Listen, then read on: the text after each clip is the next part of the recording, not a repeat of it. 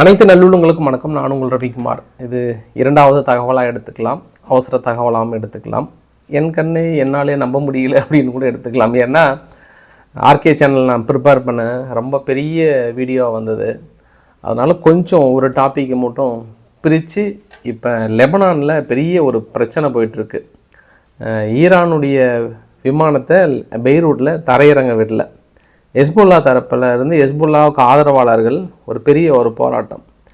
அதன் உச்சக்கட்ட நிகழ்வாக யூனிஃபில் இருக்காங்கள்ல, அமைதி படைக்குழு இருக்காங்கள்ல, அவர்கள் மீது ஒரு பெரிய தாக்கல் நிகழ்த்திட்டாங்க. அமெரிக்கா கடும் கண்டனம், ஒரு பதற்றமான ஒரு சூழ்நிலை லெபனானுக்குள்ளார.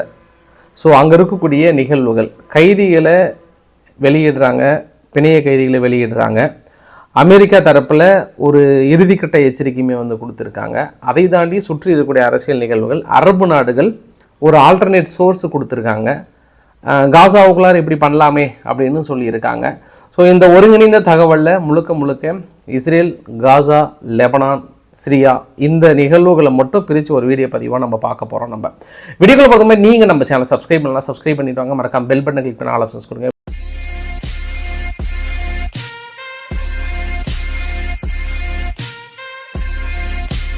நேற்று இறுதி செய்யப்பட்டது. பிணைய கைதிகள் விடுவிக்கிறதும் கைதிகளை விடுவிக்கிறதும் இறுதி செஞ்சுட்டாங்க. 3 பேர் வெளியிடுறாங்க. இஸ்ரேல் தரப்பில் ஒப்புதல் கொடுத்துட்டாங்க. 369 பேர் வெளியிடுறாங்க இஸ்ரேல் தரப்பிலிருந்து. 46 பேர் லைஃப் சென்டென்ஸ் இருக்கிறவங்க, 25 பேர் வாழ்நாள் சிறை இருக்கிறவங்க. ஸோ தூக்கு தண்டனை கைதிகளும் வெளியிடுறாங்க, வாழ்நாள் சிறை கைதிகளும் அதில் வெளியிடுறாங்க. அதில் இது பாலஸ்தீன தரப்பில் ஒரு பிக் அச்சீவ்மெண்ட்டாக சொன்னாங்க. ஏன்னா 46, 25 2 குழு பெரிய அளவுக்கு நாங்கள் ரீட்டைன் பண்ணுறோன்ற மாதிரி சொன்னாங்க. அதை தாண்டி 333 பேர் காசாவில் இருந்து கைது செய்யப்பட்டவர்கள், 10 பேர் ஜுடா அண்டு சமைரா, ஒருத்தர் ஈஸ்ட் ஜெருசலம்லாம் கைது செய்யப்பட்டதாக சொல்கிறாங்க. அந்த லிஸ்ட்டில் இஸ்ரேல் தரப்பில் வெளியிடுறாங்க. இவங்க 3 பேர் ரொம்ப நாளைக்கு அப்புறம் யங்ஸ்டர்ஸை வெளியிடுறாங்க. ஒரு 36 வயசு உள்ள ஒருத்தர், 46, 29 வயசு இருக்கிற 3 பேரை வெளியிடுறாங்க. இந்த பிணைய கைதிகள் வெளியிடுறதுல ட்ரம்ப் தரப்பில் என்ன சொல்கிறாங்கன்னா, நான் எல்லாத்தையுமே வெளியிட சொல்கிறேன், அவங்க ரொம்ப மோசமாக ட்ரீட் பண்ணுறாங்க பிணைய கைதிகளை, அது நாட் குட். ஸோ இன்றைக்கி 12 மணியோட பார்க்கலாம். நான் ரொம்ப ஹார்டான முடிவு எடுக்க போகிறேன். ஆனால் இஸ்ரேல் என்ன பண்ணுவாங்கன்னு எனக்கு தெரியாது. அந்த வார்த்தை ஜாலம் நிறைய இருக்கிறது, அதில் பெரிய சூட்சமம் அடங்கி இருக்கிறது. அதாவது நான் மிக கடுமையான முடிவு எடுக்க போகிறேன், I will take a hard stand அப்படின்னு சொல்லிட்டு. ஆனால் இஸ்ரேல் என்ன பண்ணுவான்னு எனக்கு தெரியாதே அப்படின்னு சொல்லிட்டாங்க. இப்போ இந்த ஒட்டுமொத்த நிகழ்வும் கைதிகளை விடுதலை செய்யப்பட்டதுக்கப்புறம் என்ன நடக்கும் அதுதான். ஆனால் யுகங்களின் அடிப்படையில், அங்கே இருக்கக்கூடிய நிகழ்வுகளின் அடிப்படையில் இஸ்ரேல் தாக்கல் நடத்துவதற்கான வாய்ப்புகள் இருப்பதாகவும் 90% சொல்கிறாங்க. அமெரிக்காவும் அதற்கான ஒப்புதலை கொடுக்கப்பட்டதாகவும் சொல்கிறாங்க. ஆனால் சுற்றி இருக்கக்கூடிய நிகழ்வுகள்லாம் பார்த்தோம் அப்படின்னா, நம்ம கொஞ்சம் வரைபடத்தோடு போயிடலாமே, கொஞ்சம் தெளிவாக இருக்கும் இல்லையா? இந்த வரைபடத்தில் பார்த்தோம் அப்படின்னா, ஃபஸ்ட்டு நம்ம காசாவுக்குள்ளே போயிடலாம். காசாவுக்குள்ளே பாருங்கள், கரெக்டாக இந்த ஒரு வாரமாக இப்படி ஒரு அமைதியை நீங்கள் பார்த்துருக்க மாட்டீங்க. எந்த ஒரு நிகழ்வுமே இல்லாமல், எந்த ஒரு தாக்குதலுமே இல்லாமல் இருக்குது. காயம் அடைந்தவர்களை மருத்துவமனைக்கு வெளியில் கொண்டு செல்கிறாங்க. யூரோப்பியன் ஹாஸ்பிட்டல் பேஷண்ட்டை காசா ஸ்ட்ரிப் வழியாக, ராஃபா செக் பாயிண்ட் வழியாக வெளியே கொண்டு போயிட்டுருக்காங்க. அதுவும் ஒரு பக்கம் நடந்துகிட்ருக்கு. ஸோ இப்போது இருக்கக்கூடிய சூழ்நிலை காசா.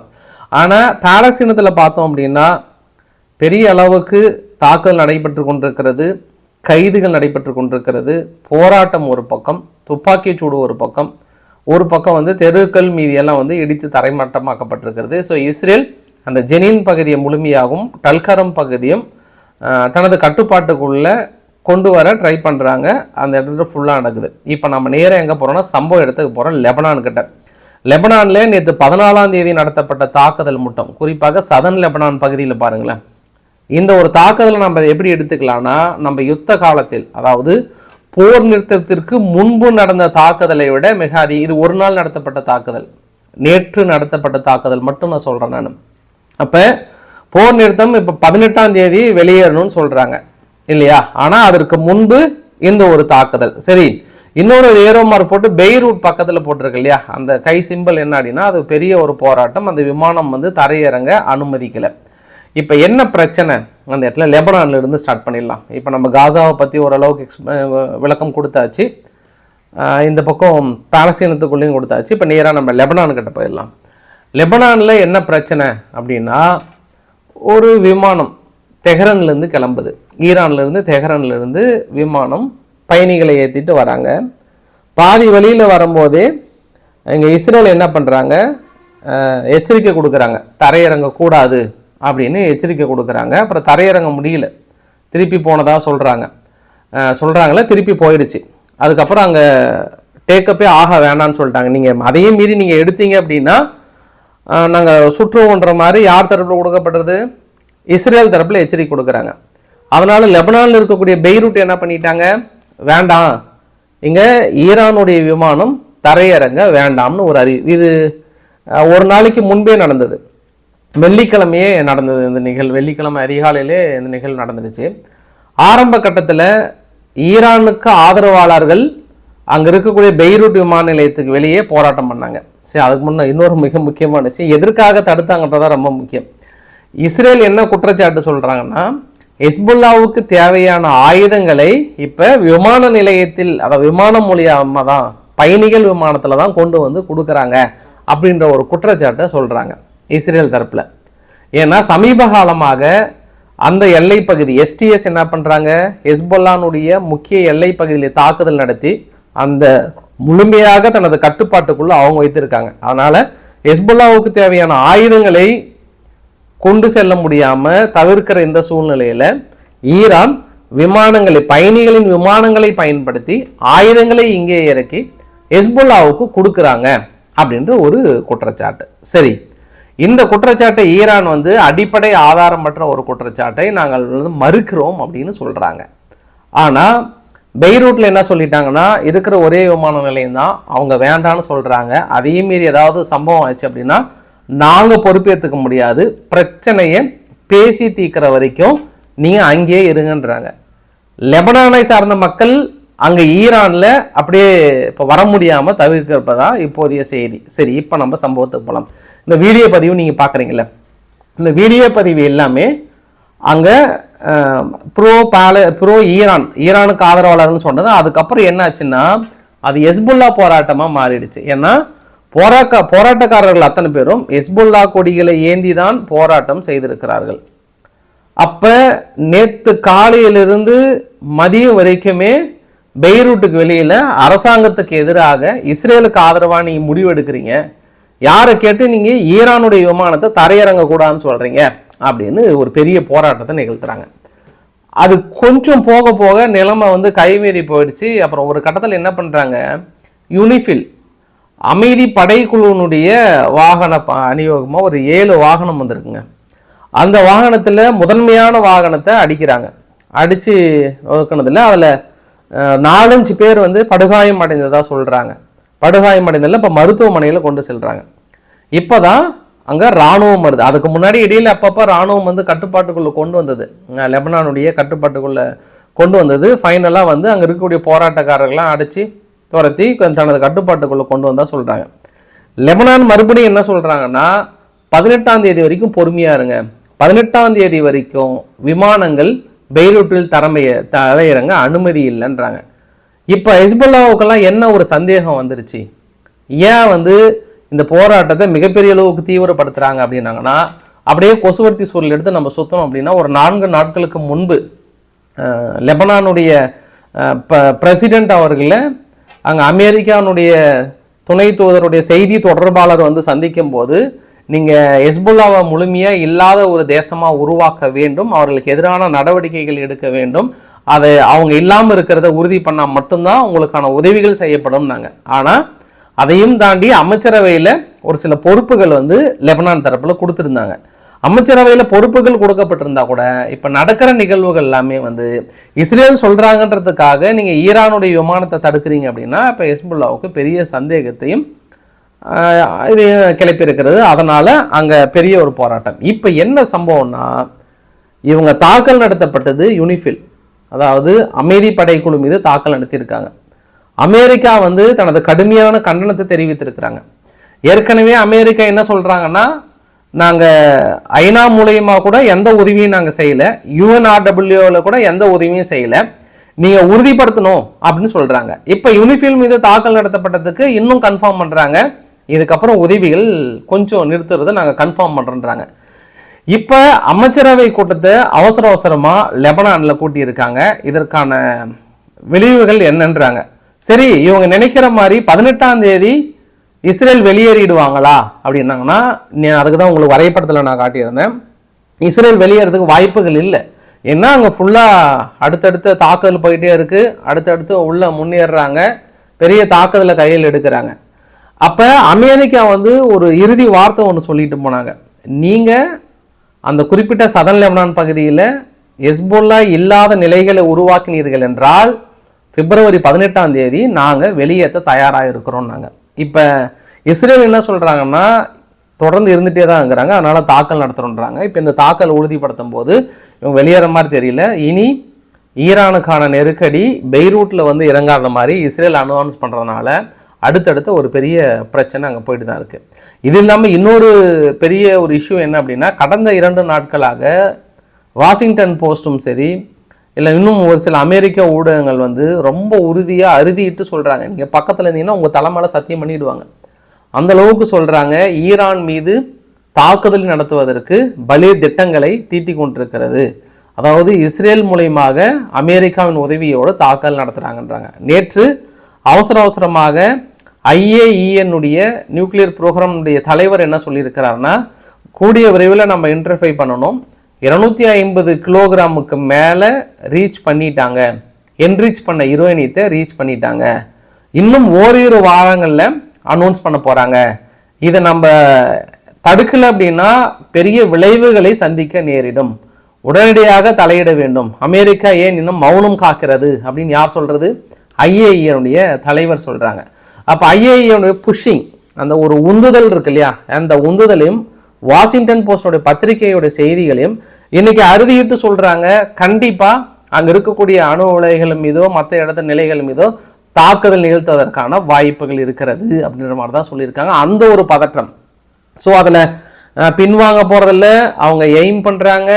ஏற்கனவே ஈரான் மீது இருக்கக்கூடிய அந்த நெருக்கடிகளை நாங்கள் அதிகம் பண்ண போகிறோம்னு சொல்லிட்டு அமெரிக்கா தரப்பில் சொல்லியிருக்கிற இந்த தருணத்தில் இப்படி ஒரு நிகழ்வாக கூட எடுத்துக்கலாம். சரி, இன்னொரு நிகழ்வு என்னென்னா, நேற்று டெஹரானுடைய யூனிவர்சிட்டிக்குள்ளாரே, ஈரான் யூனிவர்சிட்டிக்குள்ளாரே திடீர்னு ஒரு 9-19 வயசு பையன் ஒரு சம்திங் யாரோ மர்ம நபர்கள் கொண்டுட்டாங்க போல். அதனால் அங்கே யூனிவர்சிட்டி ஃபுல்லாக பயங்கர ஒரு பதற்றமான ஒரு சூழ்நிலை. அந்த போராட்டத்தை இன்னும் கட்டுப்படுத்த முடியாமல் அங்கே தெஹரான்லேயும் இன்னும் கொஞ்சம் தடுமாறிட்டு இருக்காங்க. இப்போ சம்பவம் என்ன அப்படின்னா, ஃபாரின் மினிஸ்டர் ஹாக்கன் ஃபிடன் அவர்களும் சரி, அமெரிக்கானுடைய செக்ரட்டரி அவர்கள் மார்க்கோ ரூபியோ அவர்கள், செக்ரட்டரி ஆஃப் ஸ்டேட் இருக்கிறார் இல்லையா, மார்க்கோ ரூபியோ அவர்களும் சந்திச்சிருக்கிறாங்க. அப்போ துருக்கி சார்பாக, அதாவது எரடகன் அவர்கள் இன்னும் இஸ்லாமிய நாடுகள் ஒன்றிணைந்து பெரிய அளவுக்கான உந்துதலையும் நம்மளுக்கு கொடுக்காம போயிட்டோம் என்ற ஆதங்கம் எனக்குள்ள இருக்கிறது என்ற தனது வேதனையை நேற்று கூட பதிவு செய்திருந்தாங்க. அதன் அச்சாரமாக என்ன சொல்கிறாங்கன்னா, நாங்கள் பைலேட்ரல் டைஸை பற்றியும், இண்டஸ்ட்ரியல் டிஃபென்ஸ் இண்டஸ்ட்ரியலை பற்றியும், சிரியாவில் எங்களுடைய டெவலப்மெண்ட் பற்றியும், குறிப்பாக காசாவை பற்றியும், உக்ரைனை பற்றியும் நிறைய பேசணும், ரொம்ப நேரம் மனசு விட்டு பேசணும் அப்படின்ற மாதிரிலாம் சொன்னாங்க. சரி, இந்த மனசு விட்டு பேசினதில் இன்னொரு பக்கத்தில் இருக்கக்கூடிய வீடியோ பதிவுகள் பாருங்கள். இந்த வீடியோ பதிவு நேற்று நான் போட்டிருந்தா, நான் விளக்கங்கள் கொடுக்காமட்டேன். இந்த வீடியோ பதிவில் என்னன்னா, காசானுடைய எல்லை பகுதியில் நூற்றுக்கணக்கான மனிதாபிமான அடிப்படையில் இருக்கக்கூடிய உதவிகளும், இந்த பக்கம் அது பேர் என்ன, புல்டோசர் ஃபுல்லாக உள்ளே அனுப்புறதுக்கு தயாராக இருக்குது. ஆல்மோஸ்ட் பாதி உள்ளே போயிடுச்சுன்ற மாதிரி தான் சொல்கிறாங்க. சரி, இதெல்லாம் யார் அனுப்புகிறாங்கன்னா, துருக்கி அனுப்புகிறாங்க. துருக்கி என்ன சொல்ல வராங்க அப்படின்னா, இந்த வரைபடத்தில் பார்க்குறோம்ல, பொதுவாக அந்த சார்ட் என்ன சொல்கிறாங்கன்னா, ஆல்டர்னேட் பிளானை நாங்கள் கொடுக்குறோன்றாங்க. துருக்கியும் சரி, எகிப்தும் சரி, சாரி அது எகிப்தோட வாகனம், துருக்கி இல்லை, எகிப்தோட புல்டோசர் உள்ளே போயிட்டுருக்கு. அவங்க என்ன சொல்கிறாங்க, ஒட்டுமொத்தமாக அரபு நாடுகளோட கூட்டமைப்புகள் பிளானை ஒட்டுமொத்த காசா ஏரியாவை முதல்ல அந்த கழிவுகளை, கட்டட கழிவுகளை அகற்றலாம், எல்லாத்தையும் சுத்தமாக அகற்றிட்டு ஒரு ஸ்பெஷல் பவுண்டு ஃபண்டிங் ஃபுல்லாக ரிலீஸ் பண்ணலாம். ரிலீஸ் பண்ணிவிட்டு கன்ஸ்ட்ரக்ஷன் ஸ்டார்ட் பண்ணலாம். கன்ஸ்ட்ரக்ஷனை ஒரு ஜோனை க்ளீன் பண்ணுங்கள். ஒரு ஜோனை க்ளீன் பண்ணிவிட்டு அங்கே இருக்கக்கூடிய மக்கள்லாம் ஃபுல்லாக செக் பண்ணிவிட்டு கட்டிட்டு முடிச்சுட்டு அதுக்கப்புறம் மக்கள் எந்த பக்கம் குடியேற்றிட்டு மற்றொரு பக்கம் குடியேற்றலாம். அதாவது சேஃப் ஜோன் ஒன்று உருவாக்குறாங்க. காசா பகுதி 2ஆக பிரிக்கிறாங்க. ஒரு பக்கம் இருக்கக்கூடிய கட்டட கழிவுகள்லாம் அகற்றிட்டு மறுபடியும் அங்கே மக்களை போய் குடியமர்த்திட்டு இப்போ இந்த கட்டிடக்கலைகளை அகற்றிட்டு அதுக்கப்புறம் கட்டிடங்களை கட்டலாம், நாங்கள் எல்லாருமே ஃபண்டிங் கொடுக்குறோன்றாங்க. இப்போ என்ன மேட்டர் அப்படின்னா, இதை இஸ்ரேல் தரப்புலையும் அமெரிக்கா தரப்புலையும் ஏற்றுக்கிறாங்கன்னா, ஹமாஸ் இல்லாத காசாவை உருவாக்க வேண்டும் என்றதில் நாங்கள் தெளிவாக இருக்கிறோன்றாங்க. Israel தரப்புலையும் America தரப்புலையும். இப்போ இஸ்ரேல் இருந்தாலும் அமெரிக்கா ரொம்ப ஸ்ட்ராங்காக இருக்கிறாங்க, அது எந்த வாய்ப்புகளுமே இல்லை, நாங்கள் ரொம்ப ஹார்டாக எடுக்க போகிறோன்றாங்க. இப்போ என்ன அரபு கூட்டமைப்புகள் என்ன கேள்வி கேட்குறாங்கன்னா, அந்த ஒரு கன்செப்ட் பண்ணுறீங்க இல்லையா, பாதி அதில் எப்படி ஹமாஸ் இல்லாத உருவாக்க முடியும் அப்படின்ற ஒரு கேள்வி அந்த இடத்துல விளையும். பொறுத்திருந்து பார்க்கலாம். ஆனால் இதுவரை ஜோர்டானாக இருக்கட்டும், எகிப்தாக இருக்கட்டும், யாருமே நாங்கள் வெளியேற்ற விரும்பவில்லை. உள்ளுக்குள்ளேயே அந்த பிரச்சனையை தீர்த்துக்கலாம். இதுக்கு தனி நாடுக்கான கோரிக்கை மட்டுமே இதற்கான தீர்வுகள் கிடைக்கும், நாங்கள் அமெரிக்கானுடைய பிளானுக்கு ஒத்து வரல அப்படின்னு சொல்லிட்டாங்க. இது அங்கே இருக்கக்கூடிய நிகழ்வுகள்.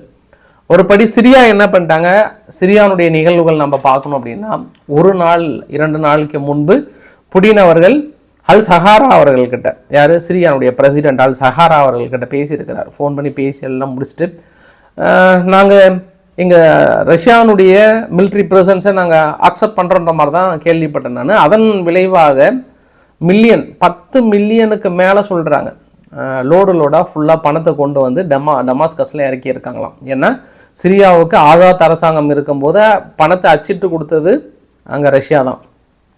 அது இல்லாமல் ஆசாத் அரசாங்கம் அங்கே அவர் தப்பி ஓடினதுக்கப்புறம் நிறைய பில்லியன் கணக்கான பணம் அங்கே இருக்குது. எங்கள் அரசாங்கம் கொஞ்சம் திவாலாக இருக்கிற அந்த சமயத்தில் முதல்ல எங்களுக்கு ஃபண்டு ரிலீஸ் பண்ணுங்கள், பிரிண்ட் அவுட் பண்ண மணி எங்களுக்கு கொடுங்கன்னு கேட்டிருப்பார் போல். அதனால் நிறைய பணம் இறங்கியிருக்கிறதாம். மேபி இந்த பணம் இறங்கினதில் அப்ராக்சிமேட்டாக எல்லாம் அமெரிக்க டாலர் என்ன சொல்கிறாங்கன்னா டென்ஸ் ஆஃப் மில்லியன்ஸ் ஆஃப் அப்படின்ற அளவுக்கு சொல்கிறாங்க. பெரிய லோடாக இறங்கியிருக்குன்றாங்க. ஒரு 10-15 லோடுக்கு மேலே இறங்கியிருக்குன்றாங்க. ஏன்னா பெரிய சிக்கல் இருக்குது, பொருளாதார சிக்கல்லாம் இருக்குது. அதற்கு அச்சாரமாக சிரியாவும் ரஷ்யாவும் அந்த டவுரஸ் பகுதி இருக்கு இல்லையா, அந்த பகுதியை மேபி ரஷ்யாவுக்கு கொடுப்பதற்கான வாய்ப்புகள் இருக்குன்ற மாதிரி அங்கே பேசப்பட்டிருக்கிறது. ஆனால் ஈரானுடைய ப்ரெசன்ஸை இன்னும் உறுதிப்படுத்தலை. ரஷ்யா இருக்கலாம், ஆனால் ஈரான் இருக்கலாமா அப்படின்றது தெரியல. ஆனால் ஈரான் ஆதரவு கொடுத்துருக்காங்க சிரியாவுக்கு. அங்கே இருக்கக்கூடிய நிகழ்வுகள் ஃபைனலாக இந்த வீடியோவோட நிறைவு பகுதியில் அசர்பைசான், இஸ்லாமிக் நாட்டில் அசர்பைசான் முதல்ல ஆன்டிசெமிஸ்டத்தை டெக்ஸ்ட் புக்லேயே கொண்டு வந்திருக்காங்களாம். குறிப்பாக ஜூஸை பற்றியும் ஜூஸ் மக்களை பற்றியும் அப்படி இப்படின்னு சொல்லிட்டு டெக்ஸ்ட் புக்கில் கொண்டு வந்திருக்காங்கன்னு சொல்லிட்டு ஜெருசலம் போஸ்ட்டில் சொல்லியிருக்காங்க. இஸ்ரேல் தரப்பில் தனது கண்டனத்தை தெரிவித்திருக்கிறாங்க. நேற்று பெரிய டீட்டெயிலாக நான் பேசியிருந்தேன் நான், குறிப்பாக இந்தியாவும் அமெரிக்காவும் அந்த பேச்சுவார்த்தையில். அதில் இந்தியா கிட்ட ட்ரம்ப் சார்பாக ஒரு ரெக்வஸ்ட் ஒன்று வைக்கிறாங்க. இந்தியா சீனா பிரச்சனை, நாங்கள் பேச்சுவார்த்தைக்கு தயாராக இருக்கின்றதுக்கு இந்தியா மறுத்துட்டாங்க. நோ அது எங்கள் பிரச்சனை, நாங்கள் பேசி முடிவெடுத்துக்கிறோம் அப்படின்னு சொல்லிட்டாங்க. அதே மாதிரி இந்த முழுமையான டீட்டெயில் F-35 நம்ம வாங்குறோமா வாங்கலையா என்ன பண்ணுறோன்றதை இன்னும் முழுமையாக இந்தியா தரப்பில் வெளியில்லை. இதுக்கப்புறம் தான் வெளியிடுவாங்க. என்னென்ன அக்ரிமெண்ட் இருந்தது இல்லை அப்படின்றதெல்லாம் இதுக்கப்புறம் தான் தெரியும். இன்னொரு ரூமரும் பெரிய அளவுக்கு போயிட்டு இருந்தது. பிரிக்ஸ் கூட்டமைப்பில் இந்தியா கொஞ்சம் வெளியேற்றுறாங்கன்ற மாதிரியான ஃபேக் நியூஸ் எல்லாம் நிறையா பரவிட்டு இருந்தது. அதுக்கு பிரிக்ஸ் கூட்டமைப்பு என்ன சொல்லிட்டாங்கன்னா, அது முழுக்க முழுக்க போலியான செய்தி, எங்களுடைய கட்டமைப்புகள் உடைக்க முடியாது, நாங்கள் தொடர்ந்து பயணிக்கிறோம், இது ஒரு பொருளாதார கூட்டணி, டாலருக்கு மாற்றுன்றது செகண்டரி கேஸ் தான், இது ஒரு பொருளாதார கட்டமைப்புள்ள ஒரு கூட்டணின்ற மாதிரி சொல்லிட்டாங்க. நான் பிரேசிலோட முடிக்கிறேன் அந்த செய்தியை. பிரேசிலில் நேற்று 120க்கும் மேற்பட்ட நகரங்களில் லூலா சில்வா அவர்களுக்கு எதிராக அரசமைப்பு சட்டத்தை மீறிட்டார்ன்றதுக்காக அப்படின்னு சொல்லிட்டு பெரிய ஒரு போராட்டத்தை நிகழ்த்தியிருக்காங்க பிரேசிலில். ஸோ தொடர்ந்து அமெரிக்க அரசாங்கம் பிரேசில் மீது ரொம்ப கான்ஸ்டண்ட்டாக இருக்காங்க. எலான் மஸ்க் இதே இதாக இருக்கிறாரு, ட்விட்டில் போட்டு தள்ளிட்டு இருக்கிறாரு, லூலா சில்வா அவர்களுக்கு எதிராக தனது வேலைகளை துவங்கி விட்டார்கள் அப்படின்னு தான் எனக்குள்ள தோணுது. அடுத்த பதிவு இருக்குல்ல, ஆர்கே பணிவு, அது பயங்கரமான பதிவாக இருக்க போகிறது, உங்களுக்கு பெரிய ஒரு சர்ப்ரைஸாக இருக்க போகிறது. ஜெலன்ஸ்கி கிட்டத்தட்ட அழ ஆரம்பிச்சிட்டாரு. அந்த பதிவுகள் நிறையா. அதே மாதிரி ஐரோப்பா வெளுத்து வாங்கியிருக்காங்க அங்கே அமெரிக்கானுடைய துணை அதிபரும் கூட. ஐரோப்பா ரொம்ப சிக்கலில் மாட்டியிருக்கு. அது ஒரு காம்ப்ளிகேட்டடான இஷ்யூ பயங்கரமாக போயிட்டுருக்கு. அதை பற்றி டீட்டெயிலாக நம்ம பேச போகிறோம் நம்ம. ஸோ இன்று நம்ம முடிச்சுக்கலாம். பிடிச்சிருந்தால் லைக் பண்ணுங்கள், ஃப்ரெண்ட்ஸுக்கு ஷேர் பண்ணுங்கள், சப்ஸ்கிரைப் பண்ணுங்கள். Ravikumar so much. நன்றி, வணக்கம்.